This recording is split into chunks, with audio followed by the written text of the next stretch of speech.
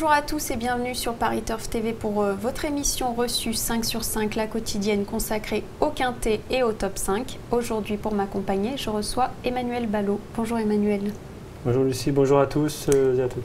On va s'intéresser aujourd'hui à l'événement de ce samedi à Vincennes, un très beau groupe 2, le prix d'été, où ils seront 15 partants qu'on connaît bien, à s'élancer sur les 2700 mètres de la grande piste, le parcours classique. Donc Manu, c'est un très beau plateau et tout de suite, pour commencer, on rentre dans le vif du sujet. Je vous demande votre sélection. Avec en tête un petit champion, le numéro 4, Lionel, devant le 3, Romanesque, le 11, Ustinov du Vivier, le 8, Vinci de l'Abbaye, le 10, Vagabondou Mag, le 13, Hakim du Cap-Vert, le 15, la championne Roxane Griff, Respect, et le 9, Moses Robe.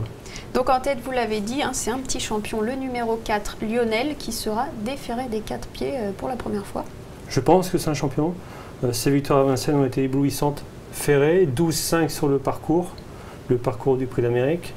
12-5 Ferré, je pense que déféré des 4, ça vaut 12, si ce n'est moins. Certes un chrono d'été, mais c'est un chrono digne d'un choix de Prix d'Amérique. Il ne lui manque que les gains. La classe, le potentiel, je pense qu'il les a. C'est le Prix d'Amérique de l'été, si ce n'est que ce n'est pas un groupe 1, ce qui est déplorable d'ailleurs. Pour moi, c'est un petit champion. Et il y a les Hongres aussi qui sont... Voilà, c'est vraiment... il a tout d'un Prix d'Amérique de l'été parce qu'on a des super chevaux, on a le parcours du Prix d'Amérique, on a les Hongres, on a tout ce qu'il faut. Et là, on a vraiment des 5 ans de grande classe. Et ce Lionel qui a fait un super meeting d'hiver, qui depuis a répété, confirmé, ébloui, tant à Vincennes qu'à Anguin, je pense que déférer des 4, ça va faire mal. Et il ne peut pas y avoir un doute justement sur le fait que ça ne puisse pas lui plaire? On peut toujours émettre ce genre de doute, mais vu ses allures, je pense que ça va l'aider, surtout qu'en montant, c'est peut-être là qu'il est le moins transcendant. Ça va l'aider à monter. La dernière fois, il a eu un petit coup de pompe à mi-montée. On pouvait même se dire, tiens, c'est pas le Lionel des grands jours.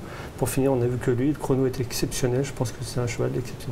Juste derrière, vous classez le 3 Romanesque qui vient de remporter le prix Jean-Luc Lagardère. C'est à Anguin. On va d'ailleurs revoir la ligne droite. Il devance Ustinov du Vivier. Là, il est à son intérieur. On voit les deux. C'est une course super référence aussi parce qu'on a Romanesque qui coule en dedans d'Ustinov, qui penche légèrement sur sa droite. On a Vinci de l'Abbaye, on a Roxane Griff, 4e, la championne. On la reconnaît évidemment. On a vraiment une course vraiment référence avec Moses Robe qui finit 6e à sa place. Et Romanesque a gagné, déféré des 4. L'an passé, il avait 4 ans. Il battait nos meilleurs 4 ans, déjà à Anguin, alors chez Marcos Mangone, qui disait que c'était un champion.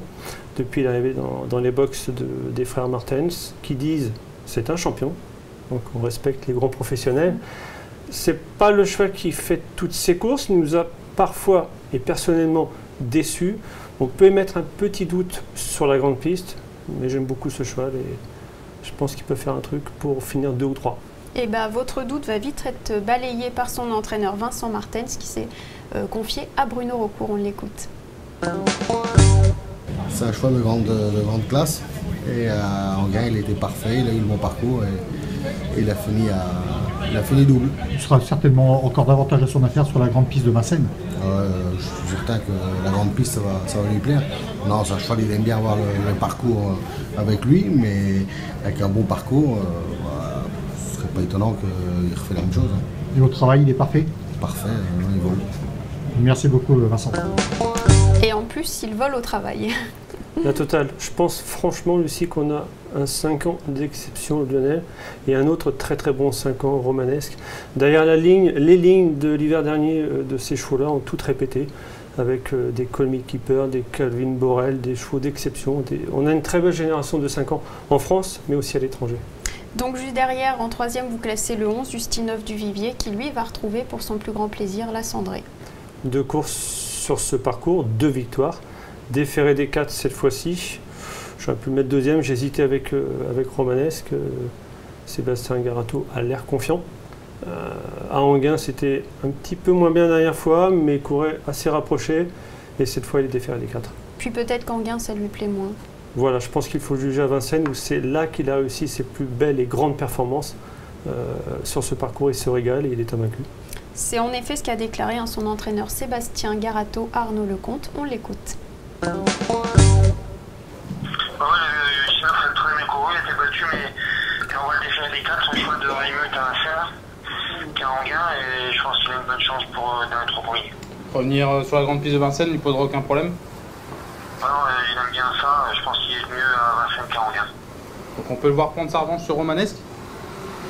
Bon, il n'y a pas que lui, hein, mais ouais, il peut le battre, oui. Ouais, Sébastien Garato, toujours optimiste. Toujours, oui, souvent en tout cas, et il ne se trompe que très rarement dans ses jugements. C'est vrai. Juste derrière, vous classez le 8 Vinci de l'Abbaye, donc c'est encore cette même ligne du Lagardère. Oui, tout à fait, et Vinci de l'Abbaye est déféré des 4 pieds cette fois-ci. Jean-Michel Bazir a clairement annoncé que le cheval était sur la montante. Jean-Michel Bazir a fait un gros travail de patience avec ce cheval qui a beaucoup progressé cette saison. Et si on se souvient de sa sortie déférée des 4 à Vincennes dans le Balière, c'était tout simplement... C'était génial. On ne le voyait pas aussi bien que ça. 3e d'un groupe 1 qui lui ferme les portes du GNT. Mais Vinci de l'Abbaye va faire l'arrivée, ça c'est sûr et certain. C'est une base au jeu. C'est la confiance donc. Et enfin en 5e, vous classez le 10 Vagabond du Mag qui va courir à une semaine, mais comme certains de ses concurrents. Voilà, c'est un peu mon invention parce que ce n'est pas le cheval de tout le monde. Je l'accorde volontiers, je vous l'annonce. C'est pas une priorité absolue. Mais ce qu'il a fait samedi dernier, c'est ça, samedi dernier à Vincennes. C'était vraiment très très bien. Il a perdu beaucoup de terrain en partant, il a fait le tour du peloton, il finit très bien, 5e. Et j'ai toujours considéré que c'était davantage un cheval d'été que d'hiver. Et la famille Bourgoin est en forme, on le voit dans les résultats en province. Les Bourgoins sont très bien en ce moment. Et je pense que ça peut être un 4-5e à Bellecote. Donc un petit coup de poker pour le 10 Vagabond du Mag. Et avant de conclure, vous avez, en plus de tout ça, une pépite pour cette réunion.